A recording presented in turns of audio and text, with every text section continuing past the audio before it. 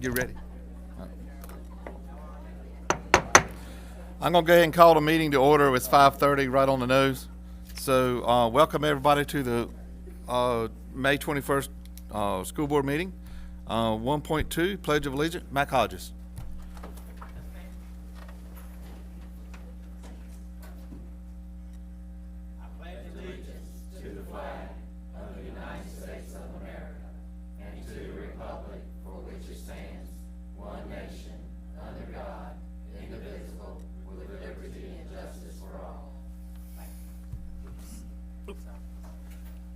Miss Alpha Booth got 1.3, mission statement and moment of silence.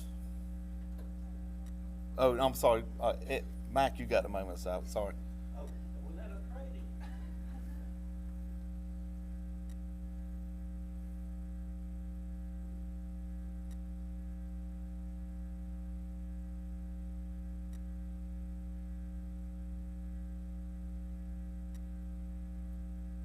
Thank you. Sorry about that. I got a little ahead of myself. My 1.3, mission statement, Miss Booth.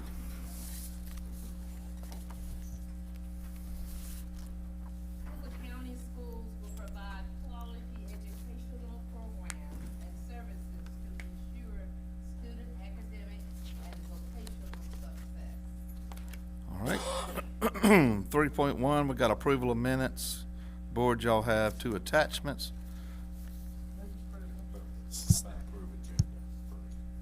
Oh, approval agenda. Sorry, 2.1, approval agenda. Second. All right. Now we'll approve the minutes. All right. Second. There's an echo in here. All right. All in favor, say aye. Aye. All opposed? All right. 4.1, public recognition. NCAT CTCE Teacher of the Year, Miss Vicki Hamill, CTCE Director. Good evening. Good evening. Tonight I'd like to recognize the NCAT, which stands for the North Carolina Center for the Advancement of Teaching. They recognize a CTE teacher from each district. One was nominated from each school. We would like to recognize the 3 nominees, and then we will recognize the overall representative for Beaufort County Schools as CTE Teacher of the Year for this school. Okay. I can call them Christy Bass, Erin Massey, and David Dixon.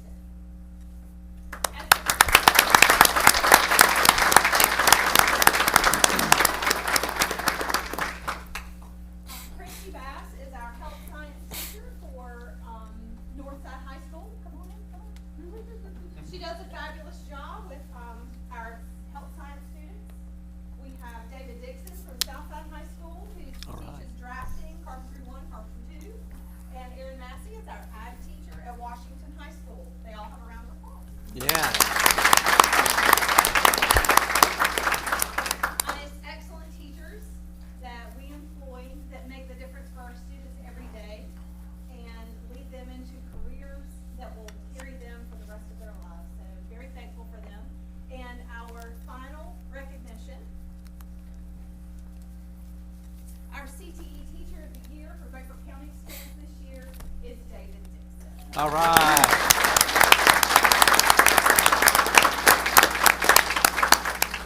So we're gonna, Dr. Cheeseman, you wanna get pictures? Okay, all right. So we're gonna go over here and take pictures now. Thank you all. Thank you. Thank you. Congratulations.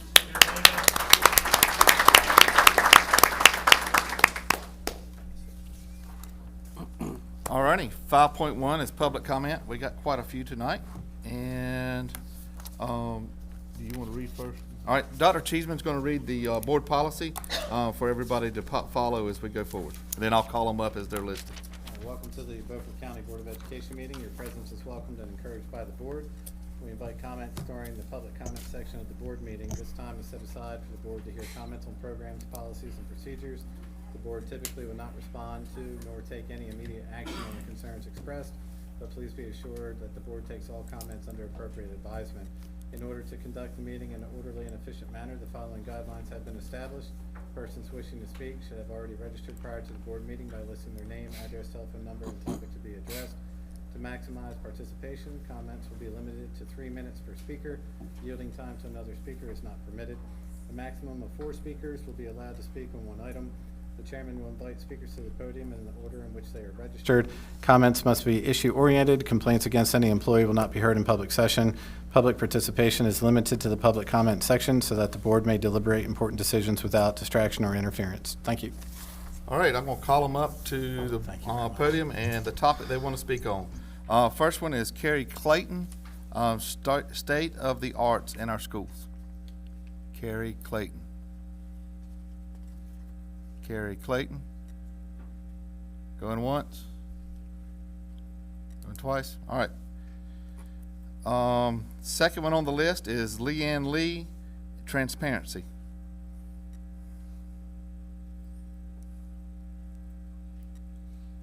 Is that mic hot? All right. Good evening, Ms. Lee. You Hi. can sit or stand, whatever you want to do. Okay, well, I'll just get closer to the mic that way because it's hard in the back to hear. So,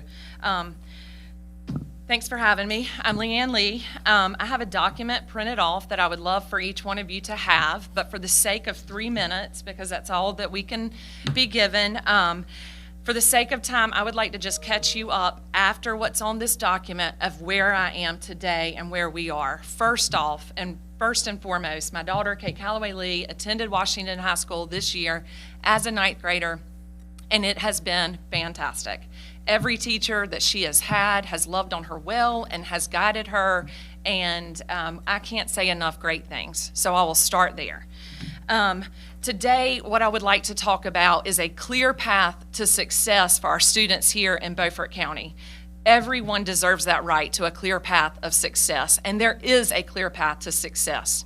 However, up to this point, there has been a lot of exclusivity that, in my opinion, and a lot of other opinions, is not okay. So that is why I'm here today. The goal is for transparency for all of our kids, not just mine, not just the ones that were selected in the program that you will have, I don't know who those are, but in the letter concerning all of our children. Our teachers are working tirelessly all day long to teach our kids that they mean something, that their lives matter. They are teaching them every day, I'm sorry I can't see y'all, that they can qualify for these classes.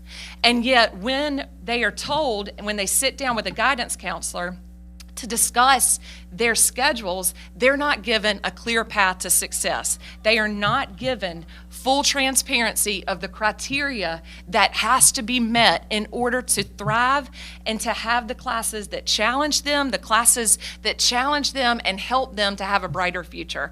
That is why I'm here today. Transparency, a complete list of the criteria that is required for students that would like to push the limit, that would like to be challenged.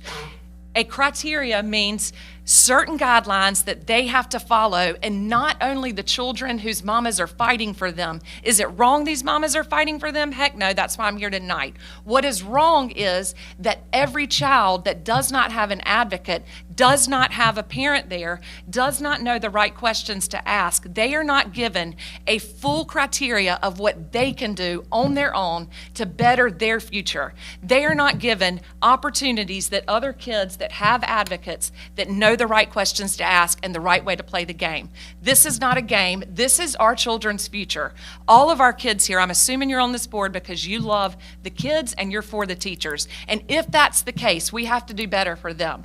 We need to enable our guidance counselors to have the criteria that it not be hush-hush, which has been mentioned, that it was hush-hush, as to how these kids can better their future and take classes that they deserve to take.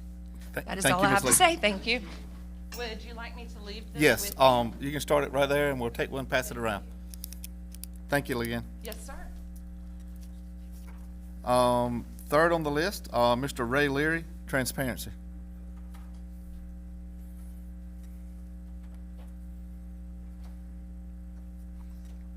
Good evening, Ray. How are you? Slow today for some reason. It's pretty weather. You're supposed to be ready to roll. Yeah, could be. Transparency, a little bit different from the comments you just heard. During the December 2023 board meeting, a proposed revision to Policy Code 3100 was presented to the board. The proposed revision was reviewed by the board's attorney. There were 3 observations explained in the response. One of them was comments related to a proposed Citizen Curriculum Review Committee.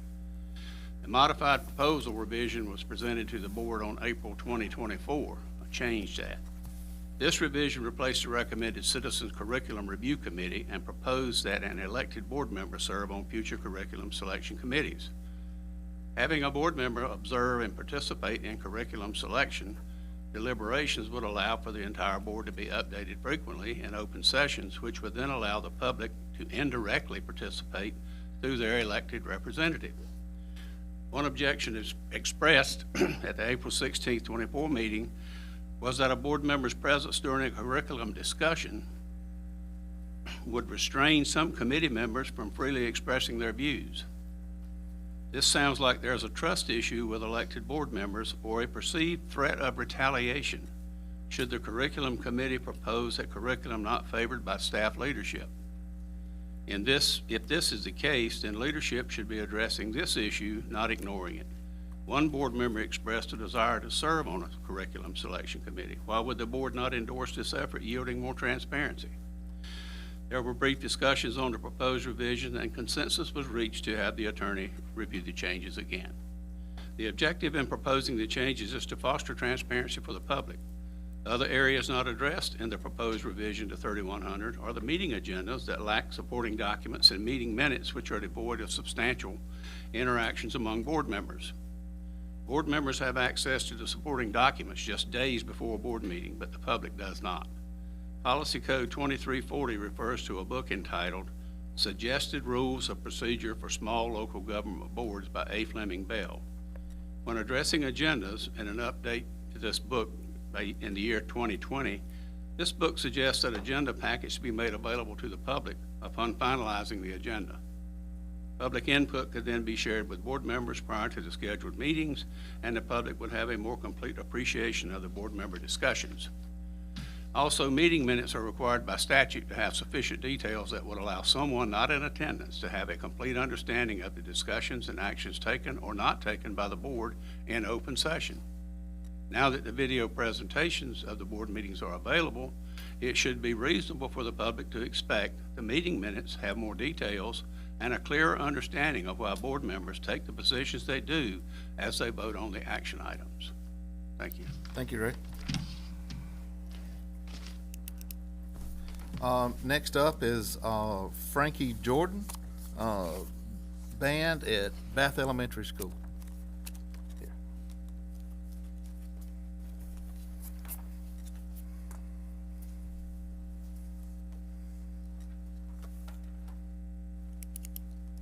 Good evening, Ms. Jordan. Hello. So we were notified there's a potential, financially, we know there's tight monies for the county, potentially for our band program to be cut at Bath. As a 27-year veteran nurse, half of my career was in neurosciences. We know that music engages multiple areas of the brain, including working memory, language processing, spatial temporal processing, and emotional regulation. Social skills. I can attest on a personal level that I have twin girls that started band in 6th grade. One of them is very introverted and the other is not. Mr. Garcia helped my child that is not very outgoing to perform. He engaged with her. He brought her out of her shell. She was even chosen in 6th grade to help perform with the 8th graders, as 2 other kids were. It's very important for their emotional, motor skills, listening, and hand-eye coordination, as one of my children is also attention deficit, and we know that these things help them focus more and can be more productive. And also teamwork. Certainly, children involved in teams such as band have T-shirts made. Mr. Garcia has gone above and beyond, working with 3 schools in his current role. We certainly wouldn't look at cutting sports, as that is a big teamwork in our school system, and we certainly need to focus on how we can academically help our children to become well-rounded. I cannot express how Mr. Garcia has made such an impact on our children with his development and their camaraderie. And this is one of my daughters, Reagan Bogan. As a message from all the 6th, 7th, and 8th grade band members at Bath Elementary, Band is a class that we all deeply love and enjoy. It has impacted us all so much as a person and with our musical incline. As a softball player myself, playing band has enhanced my hand-eye coordination and dexterity. 6th, 7th, and 8th graders are always excited to see what music piece Mr. Garcia will challenge us with next. As one of the 6th graders said, losing band would be as I lost a puzzle piece out of 1,000 never to be found again. Thank y'all. Harlan Stokes, band BES.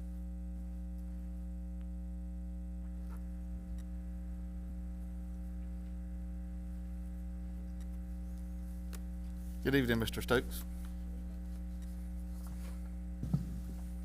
Hello, everyone. I'm Harlan Stokes, a 7th grader at Bath Elementary. I've been playing the trumpet in band for 2 years now. I also play piano and guitar, and I'm really into music. Today, I want to talk about why our band program is so important and why we should keep it. First off, band isn't just about playing instruments, it's about teamwork. When we play together, we learn to listen to each other and work as a team. Each instrument, whether it's trumpet, flute, or drum, has its own part, but together we make something awesome. This teamwork helps us in school and in life. It teaches us to cooperate, be responsible, and work towards a common goal. Secondly, being in band helps us grow as people. It gives us a chance to express ourselves and build confidence. Performing is really fun for me, and being in band makes it even better. With support from my bandmates and our amazing band director, Mr. Garcia, I've become more confident. This confidence has helped me in other things too, like being in the school musicals Frozen and The Wizard of Oz. Speaking of Mr. Garcia, he's been incredible for our band. When he started at Bath Elementary 2 years ago, there were only 6 kids in band from 6th, 7th, and 8th graders. Now we have more than 20 members. Each grade has about 60 students, so having over 20 in our band means around 10% of each grade is in the band. Mr. Garcia's love for music and teaching has inspired a lot of us. He's even recruiting 5th graders, and they're really excited for the next year. His hard work is making our band program grow a lot. Band also gives us a place to belong. In a big school, it's easy to feel lost, but in band, we have a close group where everyone supports each other. We celebrate each other's successes and help each other through tough times. This feeling of family is really special and makes our school better. Music education also helps us do better in schools. Studies show that kids in music programs often have better grades and test scores. Music helps with math, reading, and critical thinking. It's not just playing notes, it's about understanding patterns and solving problems. Lastly, band is fun. It lets us be creative, and it's a time to relax and make music with friends. These fun moments are important for our mental health and well-being. Losing the band program would mean losing all these great benefits. It would mean losing a place where students can find their voice, make friends, and learn skills that last a lifetime.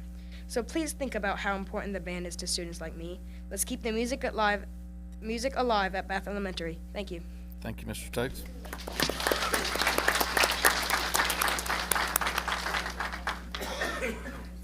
Yes, he was very well. Kathy and Alexis. Kathy and Alexis Whitten. White? I can't tell. Yep. Good evening, ladies. Good evening. Alexis is going to start. Hi, my name's Alexis. I'm from Bath Elementary. I've come to talk about the elimination of the band program. I as just an individual, know. A little louder. Oh, sorry. I know that all of us band kids know that how much we love band, and I think we've all seen an improvement in our mood, and it makes us very enthusiastic throughout the day. And something that I have noticed is I've been diagnosed with ADHD, and this has significantly increased my focus throughout the day and made me truly try harder to in my grades, and I very much think that band is very beneficial to everyone. Sorry, those are a couple hard acts to follow there, so let me just add a couple little notes here. The other things that I wanted to mention is we just learned about this. Can you hear me? Yes. We just learned about it this year, that they were possibly cutting it, and from what I understand, it would probably happen next year. I understand funding is a problem. I also understand that Mr. Garcia said that he would continue to do 3 schools in the future. And I'm wondering if it could be taken under consideration to allow us maybe 1 more year to see if there's different funding opportunities. Maybe somebody could take a lead, and I would be happy to do that, looking at some grant opportunities, some community resources. As Ms. Frankie had said earlier, you know, we put a whole lot of money into to the sports, but some of these kids, my kids particularly, they've tried the sports, but that's not their thing. The band is the thing, and I'd hate to see yet another program cut out of from Bath, because it's such a great school. Love the teachers there, the administration. It's been such a great thing for our family and the community, but we don't want to see programs cut. We want to see programs growing and bring in new things and different things to fit those niches where kids that don't fall into the sports again kind of fall. Another note, my older daughter, Alyssa, also did band. I'm not musically inclined. I have no idea even how to read the music. So she would have, I'm sure she would have never learned to play an instrument. Some of her other friends struggled in school with their grades, but Mr. Garcia worked with these kids, and one of them went on, I know firsthand that he went on to get a band or scholarship. I think it's at Campbell University. So just asking, maybe a little bit of begging, pleading, please don't take our band program away. Love Mr. Garcia. That's it. Thank you. Thank you. Next on the list is Stephen Rader, Title IX rules.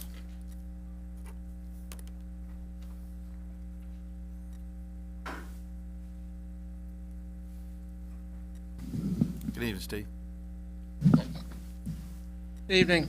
The recent attempt by the Biden administration to rewrite Title IX of the 1972 Civil Rights Act, effective August 1st of this year, has implications for the coming school year.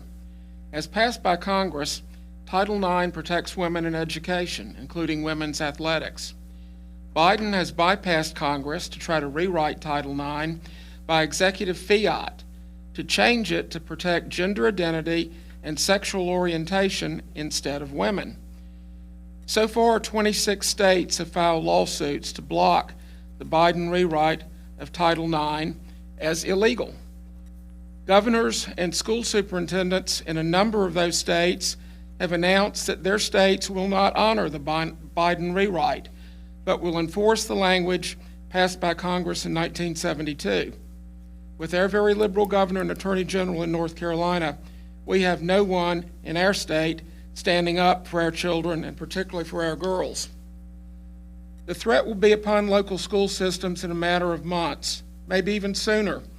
In Moore County, a homosexual activist group has already filed a complaint with the U.S. Department of Education over removal of books promoting homosexuality from an elementary school library. It is time for local school systems in North Carolina to take action. These new rules could see federal bureaucrats demanding boys be let into girls' locker rooms and restrooms and on girls' athletic teams. Biden officials have been evasive on how they will interpret the new language, but it is written in a way to potentially require such things. I would suggest that efforts be made to join one of the existing lawsuits against Biden's purported rule. I would also suggest reviewing replacement of federal funds if it takes that to shield our children from this radical agenda. I know that this board likes to consult your out-of-town attorney on some issues, but I would suggest you vet him on this policy stance first if you seek to do so on this issue. The online portal of the NC Board of Elections shows only one person by his name registered to vote in North Carolina, a Democrat in Durham County. Further internet search turns up a person by that name who has recently served, maybe still serving, as vice chairman of the Durham County Democrat Party. Of course, that may be a different person with the same name, but if it is the same person as a Democrat Party officer, he may be politically predisposed to support the Biden agenda. That question should be asked and it should be answered. The most important thing is to protect the children of Beaufort County from this radical Biden agenda. Thank you. Thank you, Steve.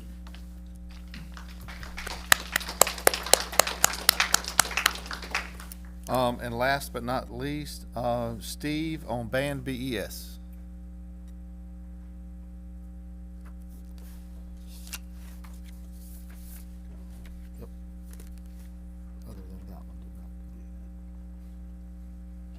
Good evening, Steve. Hello, my name is Steve Persh. I live in Bath, and I'd like to make some comments about the Bath Elementary School Band Program and have a few questions, hope to get answered at some time in the future. For the last 2 years, I've been volunteering at the school a few mornings a week, and I've been working with the Mr. Garcia and very talented and energetic 6th, 7th, and 8th graders. As you heard before, there are many lessons learned in the band program. Besides learning the new musical notation and playing their instruments, they also acquire life learning skills of teamwork, leadership, recognizing and correcting mistakes, respectful listening, and much, much more. They are also preparing for the high school band program that they'll proceed into. My questions, along with some other people, we would like to understand the problems that the band program is having in Bath. What are the issues? What solutions are being considered to solve those issues? And is terminating the program the only one that's available?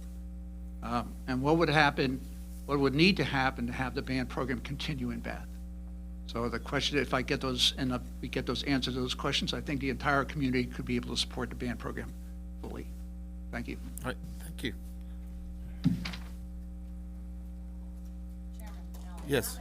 Comment? Yes, go ahead. Yeah, I want to make a quick comment. I don't like to comment after public comments, but when I moved to North Carolina at the age of 14, I had been in band in Ohio since I was probably 10, 9 or 10. They start really early up there, at least they used to.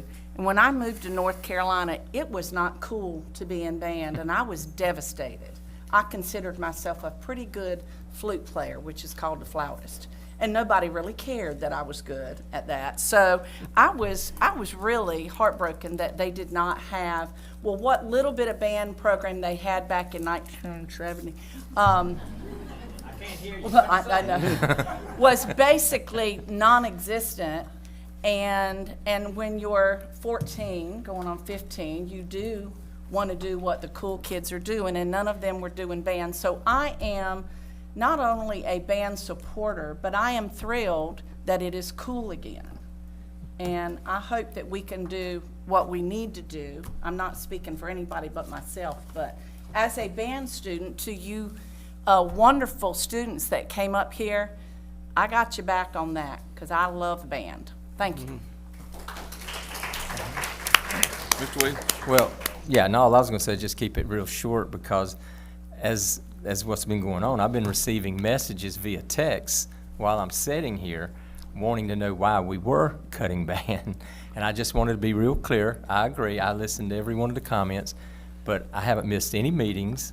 And I can assure you, this board has had 0 discussions on cutting the band program at Bath.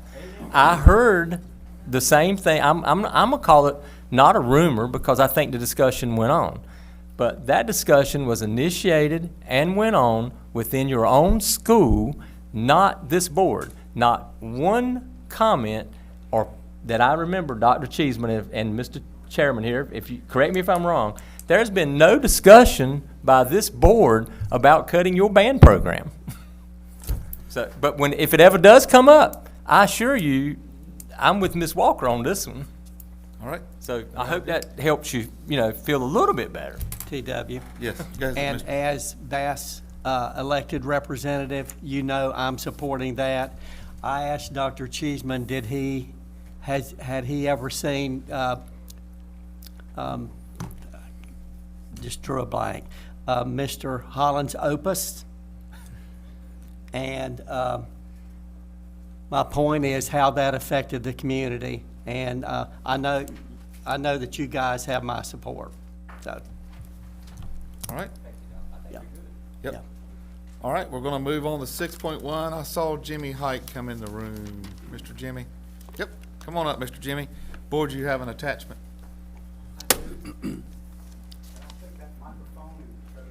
Yes. Yeah. Mm-hmm. Yeah. Mr. Chair, he told me to address him as Mr. Hype. Okay. Oh, that's my daddy. That's your daddy. Oh, I got the wrong one. Okay. Board, y'all have an attachment also. So I have just a few slides to show that will indicate the direction of the design for the new school. So I've got a site plan and a floor plan. So the first slide is a site plan. So if you look here, those are plan images of the existing Eastern Elementary School. And then this is the playground behind. That's 264, this is Hudnell, this is Pennsylvania. And the idea is to take away Eastern and build a new school here that actually faces Pennsylvania. So the school building is here. This is a piece of it. And what I'd like to do on the next slide is go through a couple of things that we think are important. One is traffic, and the other being security. So this is the same slide, and what I've done is I've traced the route of the cars in blue and buses in yellow. So cars will continue to come in the entrance that's already there. But we'll have a new double queuing lane that winds around and comes parallel to Pennsylvania and drops off here, which is the front of the school. And when the cars drop off, they'll go back out the same way. Now, we have pre-K kids at this school, and that takes them a little bit longer to get out of the car and get back in the car because they're 4 years old. So the thinking there is to route those children in the cars, come in the same way, but then come this way. And this is a driveway that doubles as an emergency drive, which is required. So we have to have it. But we thought we would use it and then drop off our pre-K here separately from the kindergarten through third graders to give them an easier time. They'd be dropped off here and come into school here. Staff also comes in here, parks here, and also parks here. The buses actually have a couple of ways. We've got an opportunity to come through the neighborhood here and come into the site on Maple, circulate, and then back. Or we've actually got a new driveway proposed on Pennsylvania where they could come and circulate this way. So that's the traffic pattern that we'd like to implement for the design. So the next slide is security. So the big thing about what we're trying to do is create a perimeter around the school, not just at the door, but outside the walls of the school. So we've got in green, we've got security fencing all the way around. And I've got some circles at some access points. So I already talked about that's our front door, and that's all our main automobile drop-off point right here. So this is secure entry. Staff who do not park here, but park here in this existing lot will enter through a gate here with card swipe access. Over here is bus. The buses circulate, and that's a secure entrance here, and another secure entrance for the pre-K kids here. So obviously the plan is to keep the security as an enclosed situation with gates and fences. So the last slide is an enlarged view of the school itself, where I've identified the main areas. So it's oriented the same way, so you might recognize this. This is the main entrance, and the automobile drop off here. At the main entrance, you come into a secure lobby. Administration area is here. The media center is here. There's a maker space in the media center, which is a really neat space. And this is a cafeteria multipurpose space. So we've got a stage, indoor play area, multipurpose. And remember, we've got another multipurpose space that was built a few years ago here that we're going to connect to here. It's not going to go away. It's going to stay. So we'll have two. And we need to because we've got 950 students. And then the cafeteria is here. Art and music are here. The main academic area is this shape here. It looks kind of like a dog bone, I guess. So second and third grade are on this side. Kindergarten and first grade are on this side. And the connecting piece is our pre-K classrooms and exceptional children. Exceptional children and pre-K have a completely enclosed playground, and we'll have some synthetic surfacing and some nice features there. And that's a sort of a concise explanation of where we are with the design of the school. Board, do y'all have any questions for Mr. Height today? Okay, all right. You're going to absorb and go. All right? I have a concern about the traffic flow. Your mic's not hot. There you go. I have a concern about the traffic flow. If you look back on the second slide, going back out onto, what is it, Hudson? Hudnell. Yeah, Hudnell.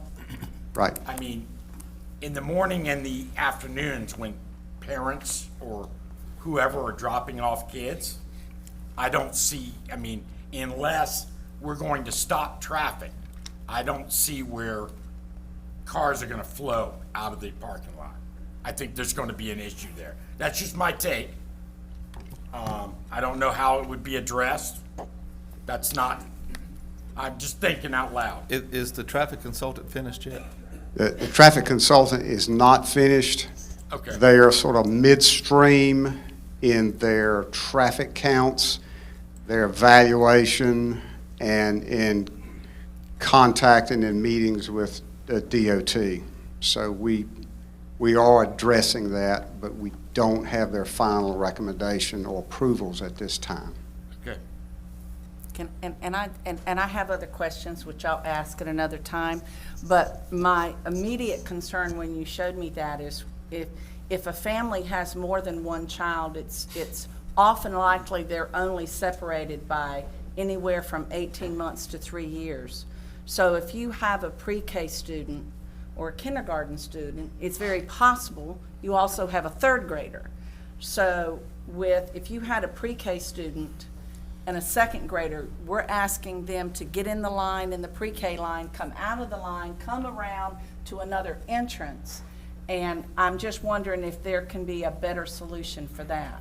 You may be able to drop them all off at one And- time. Well, that's yeah, what I'm and- wondering, and- if And that I'm not can- just going to do a throwaway on that and say it's a management problem, but I do see the wisdom. You got a room full of in- managers here, I wouldn't say. If you've got a 4-year-old and other kids, there's no reason they can't be dropped off with the 4-year-old. Yep. Donald, I think you had. Okay. Well, I just, Just drop all off. the arrow right here to the right at the top. That one. Would the buses be coming through a residential? Are you hearing This, anything? this plan shows an option either this way or Pennsylvania. Okay. All right. And we're still in some discussions. Any more questions for Mr. Height? If he wants, they kind of get to a more concise, and your study is done, I think we'd all probably like to meet and find out what you came up with before it's accepted. Does that make sense? Yes. Agree. Go ahead, throw one thing out. Agree. Terry's got one. Yeah, I don't have a question or anything. I just want to say something to the audience, because I keep hearing this from meeting to meeting to meeting about how big the school is. Everybody needs to, and it does get busy at this school I'm getting ready to mention, because I'm out there 5 days a week. So I know. But this is actually smaller than what we have on campus at P.S. Jones and John Small. You have way more students on campus at those two schools, and I say two schools, but they're separated only by the parking lot. They're, you know, I can literally drop off one kid here, circle around and drop off one kid there. So when people start saying that 900 number, Mr. Hyatt, it's far less than what we have at Ms. Vosberg's school and Ms. Swenson's school, sitting on the same campus. So it's not unheard of, is what I'm trying to say. And y'all do a fabulous job of routing the traffic. Well, mostly. There is a day or two I want to run over somebody, but mostly it's okay. Thank you, Mr. Height. And I would like to recommend tell the public to remind y'all on June the 13th, the second Thursday of every month, we have a meeting right here in this room, 12 o'clock noon, with the commissioners and Mr. Height, and it's a progress update meeting to be completely transparent with the community on the grant for the school. So just a reminder, June 13th. Yes, sir. And also, as a new school update for the board to know, the agreement form has been signed by your chairman and also the chairman of the county commissioners, and it was submitted back to Nathan Mon. So it is now official with the state. Okay. Thank you. Okay. We're going on down to 6.2, school year 24-25 budget update. Dr. Cheeseman and Ms. Lewis. Initially, just providing an update to the board that last Thursday night, I attended the county commissioners meeting, answered questions from the county commissioners regarding your budget that you submitted. And their next meeting for just hearings about their budget is slated for June 4th. And we're being told at this time that we anticipate a budget number after they approve the budget on June 10th. Ms. Lewis, did you want to add anything? All right. Anybody got any questions on the local budget? Local budget? All right, we're moving right along. 6.3, we get to see Ms. Hamill again. CTE plan for 24-25. Board, you have an attachment. Come on up, Ms. Hamill. Twice in a night. No, how'd you get to be so lucky, right? That's right. Okay, so you all should have in your board notes the full plan. But just to give you a brief overview, Career and Technical Education has a 2-year application process. We do this application every 2 years. This plan has 3 areas of focus, including data indicators of performance, a comprehensive local needs assessment, and local narratives that include specific areas of focus. Our successes that we are celebrating are that BCS performed within 90% of the state goal in 6 out of the 8 indicators. Now keep in mind, this data is about CTE concentrators. CTE concentrators are students who have taken 2 courses in the same pathway. So carpentry 1 and 2, firefighting 1 and 2, automotive service 1 and 2. So just to give you an explanation for where this data is coming from, this is how they have performed on the typical assessments that any student takes. That's their Math 1, Math 3, Biology, English 2, Science, okay? So our areas that we're proficient are the 4-year graduation rate, our proficiency in math, our post-secondary placement, our non-traditional placement, program quality recognized through post-secondary credentials, and program quality in secondary credential attainment. The 2 areas for growth are science proficiency and reading ELA, specifically in EL students, and that's English language learners. That is our specific target. Our plan for success is to closely monitor CTE concentrators' performance in their core academic areas and provide teachers with opportunities to collaborate and share their instructional strategies.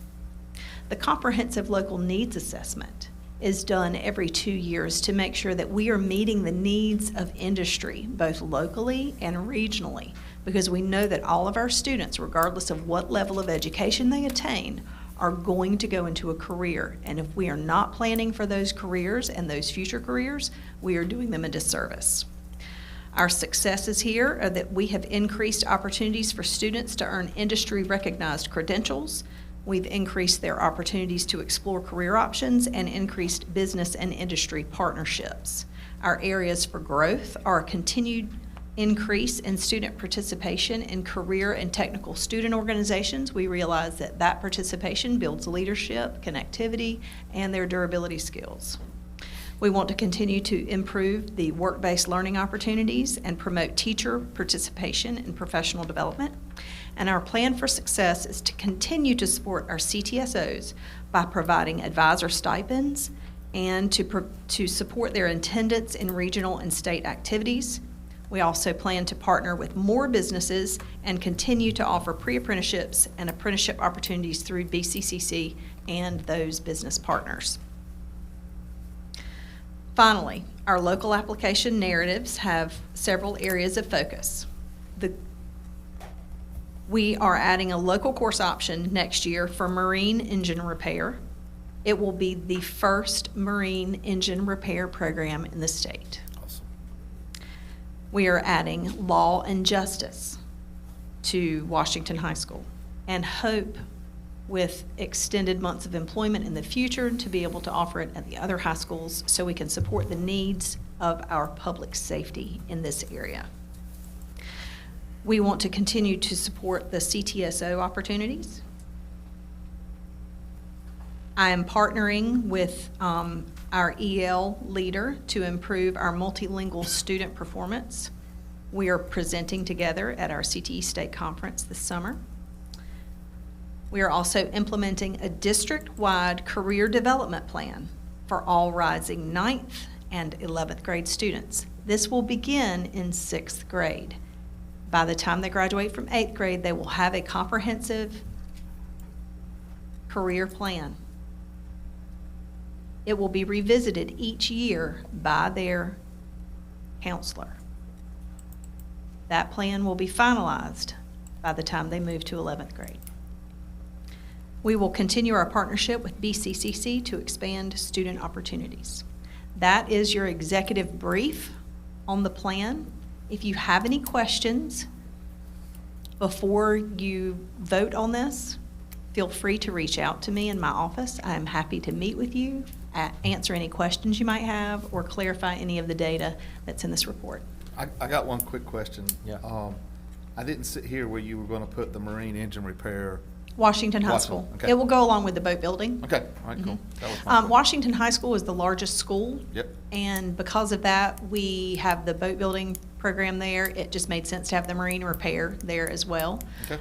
We also need more CTE teachers at that school than we do at the other two, and we had them evenly spread out before, but due to reduced numbers, we have to move positions from one school to another to accommodate those needs. All right.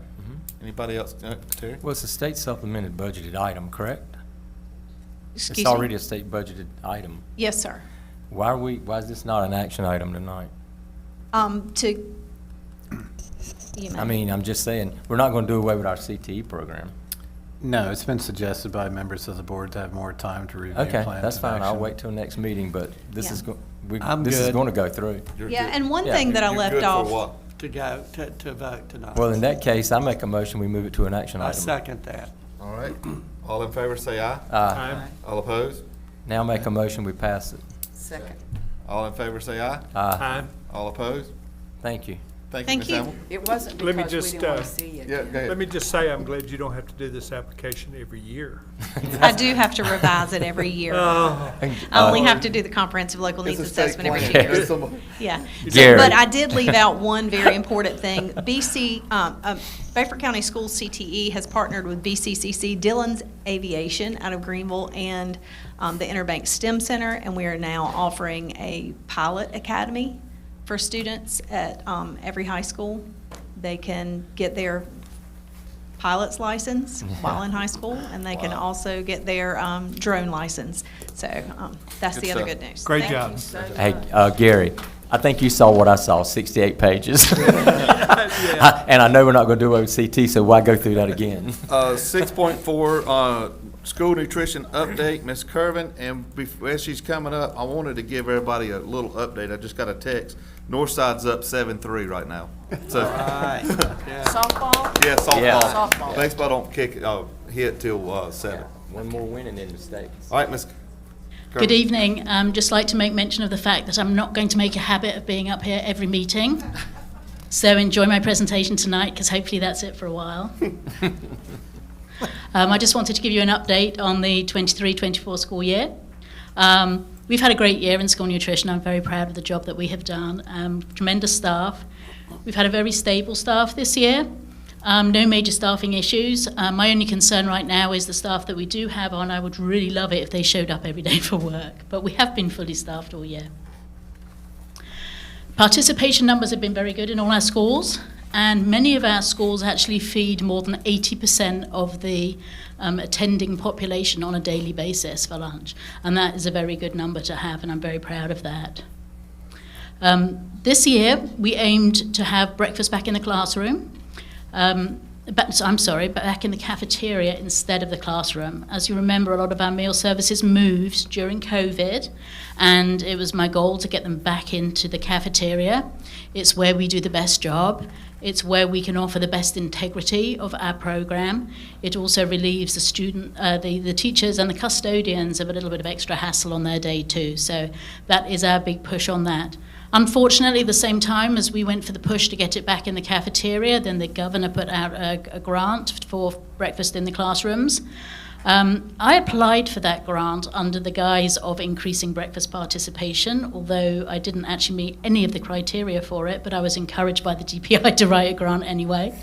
And I looked to do it for some money for updating the cafeteria at Washington High School as a way to increase participation.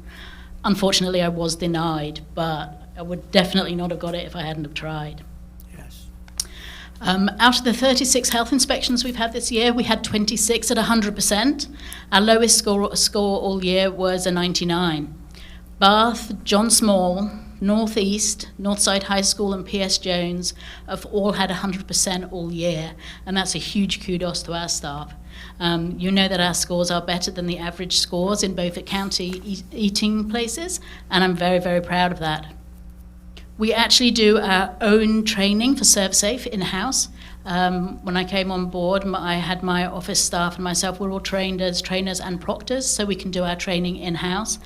And this year we have had 12 staff members that have either passed for the first time or recertified in ServSafe Food Manager certification. And I think the training that goes into that really helps us create the success that we have with our health inspection scores, and that's huge. We also do a little bit of outreach in the local community too, and I am involved with training some of the staff in other restaurants, so you should see their scores going up a bit as well. That was just a sideline there.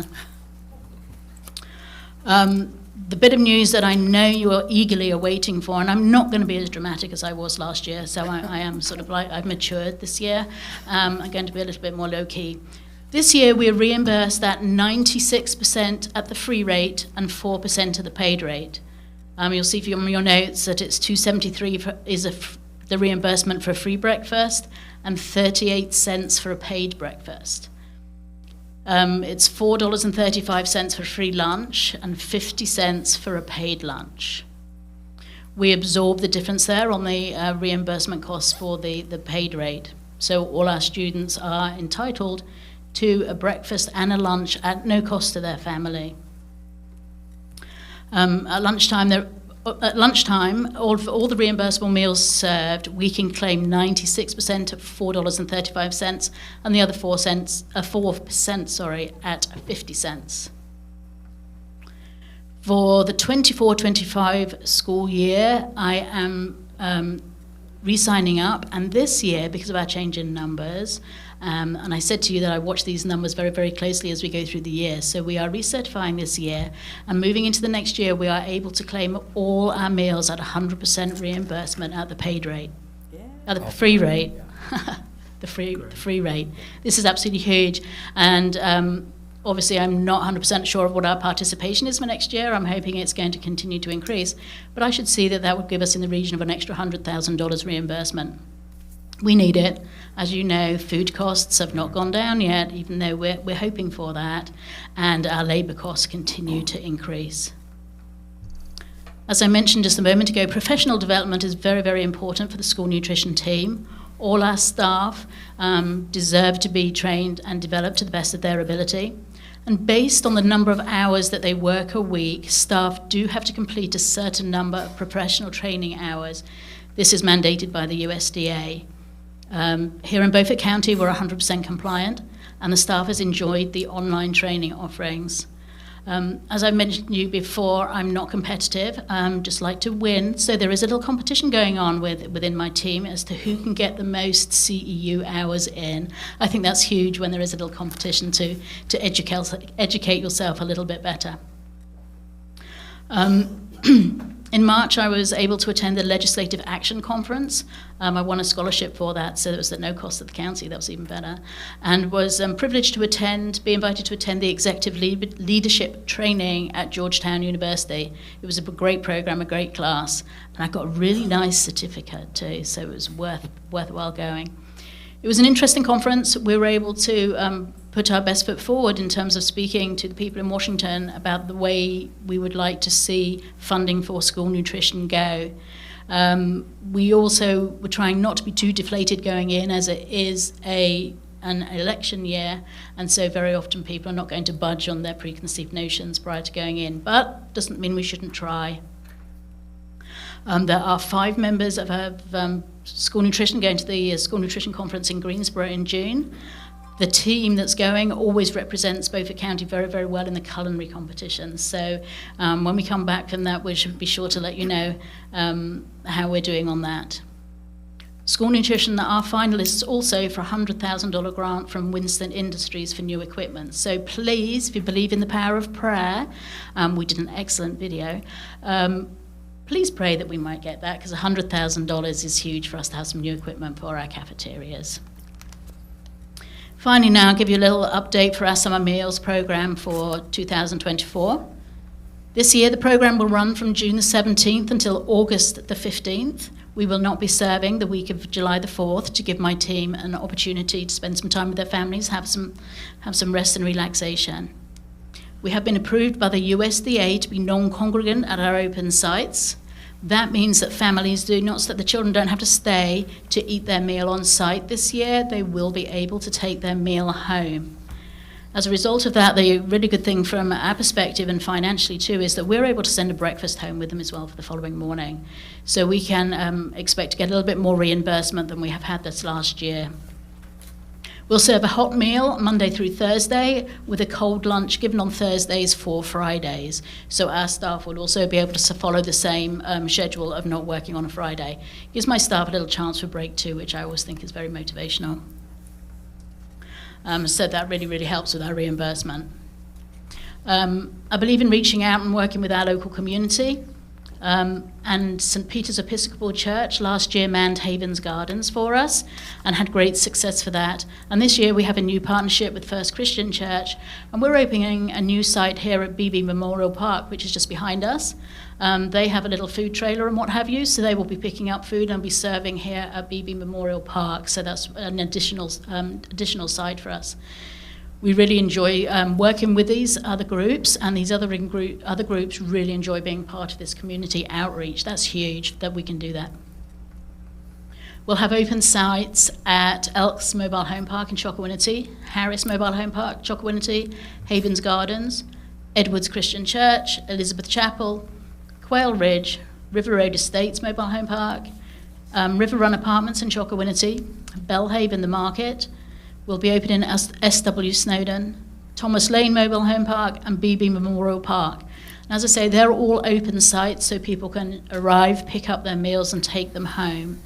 There is one caveat to this year. The USDA have changed their rules just a little bit, and somebody will not be able to come up and pick up meals for all their neighborhood. They're going to have to sign a disclaimer that they are a caregiver to a child to be able to pick up that meal. Our program is being audited this year by the USDA, so we have to make sure that we are operating with integrity and are compliant on that issue. We know we're going to get some pushback, but we try our best. We'll be serving also at the following closed sites. A closed site means that you have to be enrolled in the program at that site to be able to benefit from that meal. The New Adventure, Alpha Life, Boys and Girls Clubs of Washington and Bellhaven, the Fossil Museum in Aurora, Inner Bank STEM, will be open, of course, at John Small School for summer enrichment, Level Up Enrichment, Reaching for the Stars, and a new site again this year for camp is the Turnage Theatre Art Camp. That is a camp that is free of charge to the students, which means that we are eligible to serve them their breakfast and their lunch as well. So that's another great new partnership that we have there. Beaufort County Schools Summer Meal Program was recognised by the USDA again this year, and that's again huge kudos to the team because they put in a lot of hard work and effort in this. Beaufort County School Nutrition was a pilot program last year for No Kids Hungry and their non-congregant meals, and as that pilot, it has opened it up to a lot of the more other counties within North Carolina definitely, and nationally as well.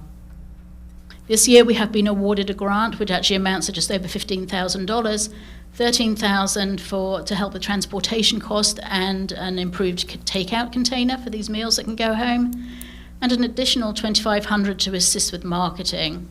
The bid was written actually for a van wrap.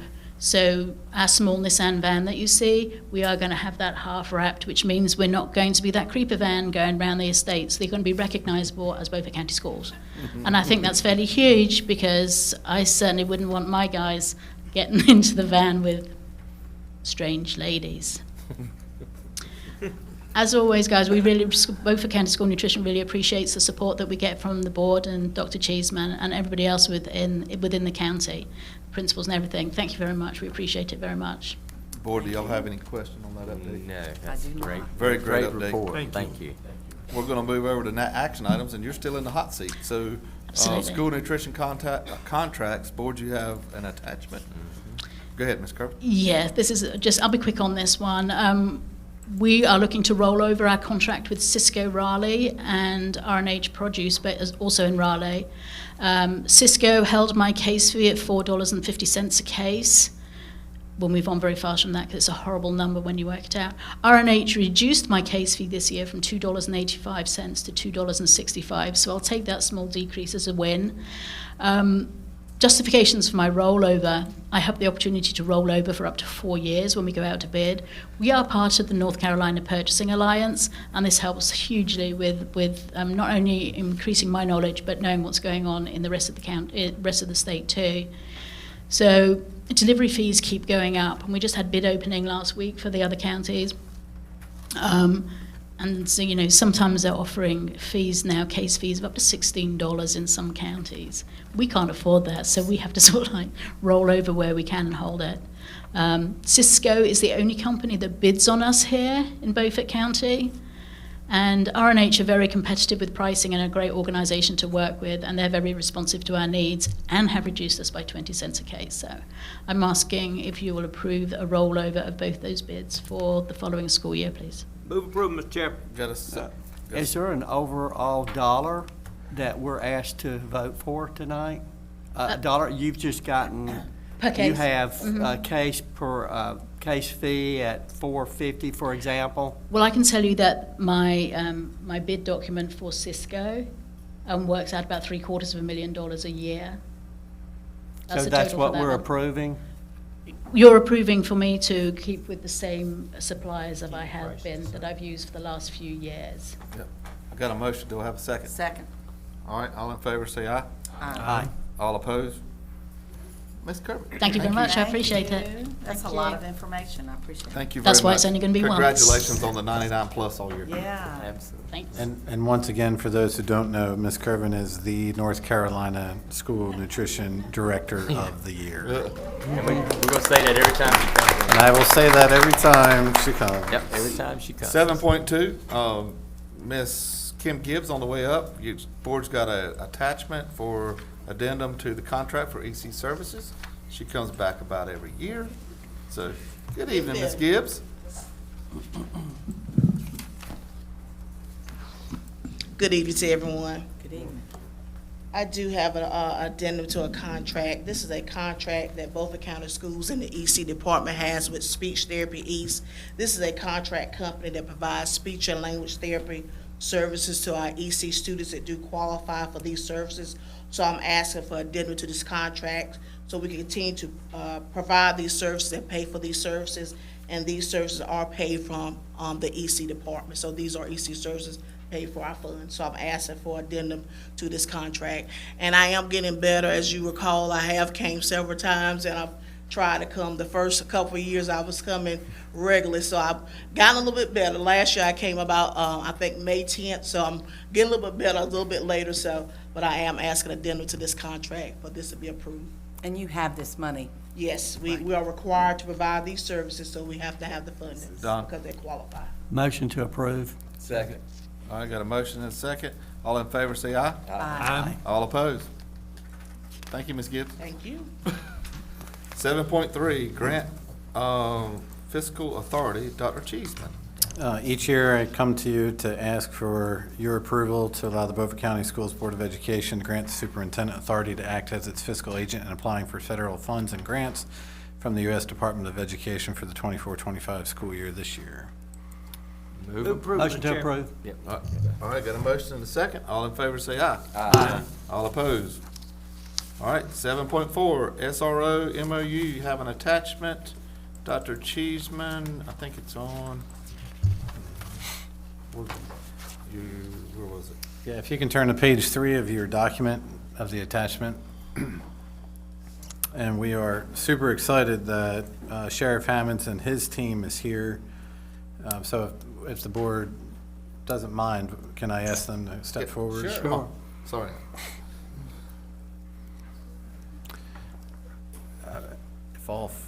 Good afternoon, Sheriff. This is Sheriff. Hello. Good evening, Sheriff. So- How are you? So yesterday, I've got Captain Brim, who is our captain over the SRO division, so we're Okay, going to good. all turn right. him to a division. Good to meet him. So what you have in front of you on page 3 are the final pieces that we worked with yesterday. And besides Sheriff Hammonds and Captain Brown, I also want to recognize Lieutenant Mills and Chief Deputy Hickman. These 4 gentlemen have been instrumental in going through the intricate details of this partnership that we look forward to having them back in our schools, but also in our community and working closely with our students. So if you look at page 3, under duty hours, all the highlights have now been reduced to this page. And so with that, under letter A for duty hours, just one grammar piece of removing the word professional and putting in mandatory, which is aligned to our school calendar. So in fact, that they do in fact agree for mandatory work days that you'll have services. The next line, right after, the next sentence, SROs, we crossed that will, and we're sliding in May for your consideration, be provided throughout the summer when students are present on campus. And in short, I'm asking the board to consider the word may, just from a staffing point of view. First year out, they have lots of people to bring onto the team, lots of people to train. But in return, the thinking is that Sheriff Hammond's team would still patrol the schools, get out of the vehicle, walk the building, go say hello to the students and staff that are on campus, get back in the car, go to the next campus, go to the next call, whatever it might be, and return back to campus. And the reason being is this is not the summer school piece where we host students for school all day, that's letter B. This would be practices and appointments that happen intermittently, so there's really no guarantee at any given time that you have large population of students. You might have small practice teams that might be there, but in fact, they'll be there, through a rotation of time. And of course, if in fact we have significant concern, then of course I would call Sheriff Hammonds and say this is the concern that we have, and of course he would staff someone there if possible.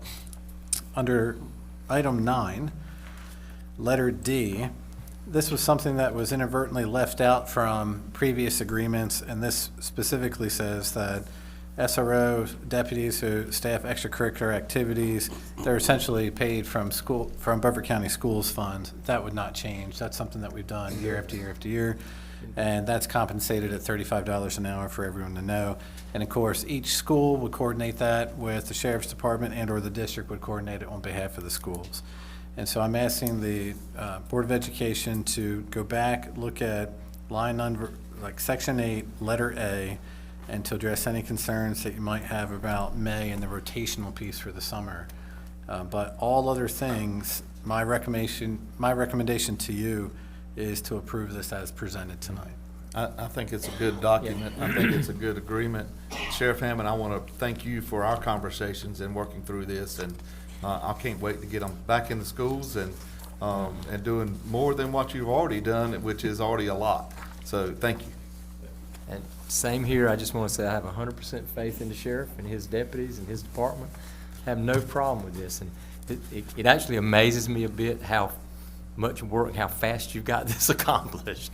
Because when we first met, I have to admit, I sat here and thought, I don't know if he's going to do it on that timetable or not. But he's good. But I appreciate the hard work. You know I'm a humble person. You got the job done, so what else can I say? It comes with experience, and I just want to say. Nothing else to say. Thank you for everyone's participation in this. Don?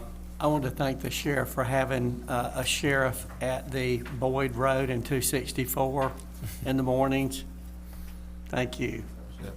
All right. I Anybody want to else? thank y'all for doing drop-off and pickup duty during Teacher Appreciation Week, because I know that meant a lot to the staff that has to do it, and then run in the building and start teaching. So I appreciate all your, not only this, but all the other things you do that have nothing to do with being an SRO, but you're in our schools, and I really do Yes. appreciate that. If I get a motion, we can make it. Move to real. approve. Okay. Got a Second. motion? I got a Second. motion and a second. All in favor, say aye. Aye. All opposed? All right. There you go.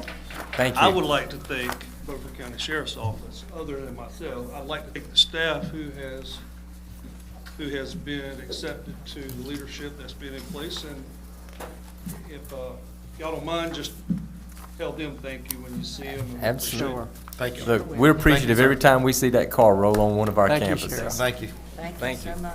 Thank you, Sheriff. 7.5, naming of the new school. Dr. Cheeseman. Policy. You have it attached. Yeah, Policy Code 9300, naming of facilities. A short time ago, I provided you multiple opportunities. As you'll see in your list there, the one at the top that is highlighted, I'm recommending to the board based on Policy 9300 to name your new school Washington Elementary School. I like that. I move approval unless, but I'm not trying to stifle any conversation. Well, I'll second it because it tells me exactly where the school is and what it is. All in favor, say aye. Aye. All opposed? All right, There Terry. you go. Your Got a turn. name for It's my your turn school. already? Your turn. Well, this moved along quicker than I thought. I move we go into closed session pursuant to General Statutes 143, 318, for disclosure of confidential personnel files under General Statutes 115C, 321, and student records under General Statutes 115C, 402, and 20 U.S.C. 232. Second. All in favor, say aye. All opposed?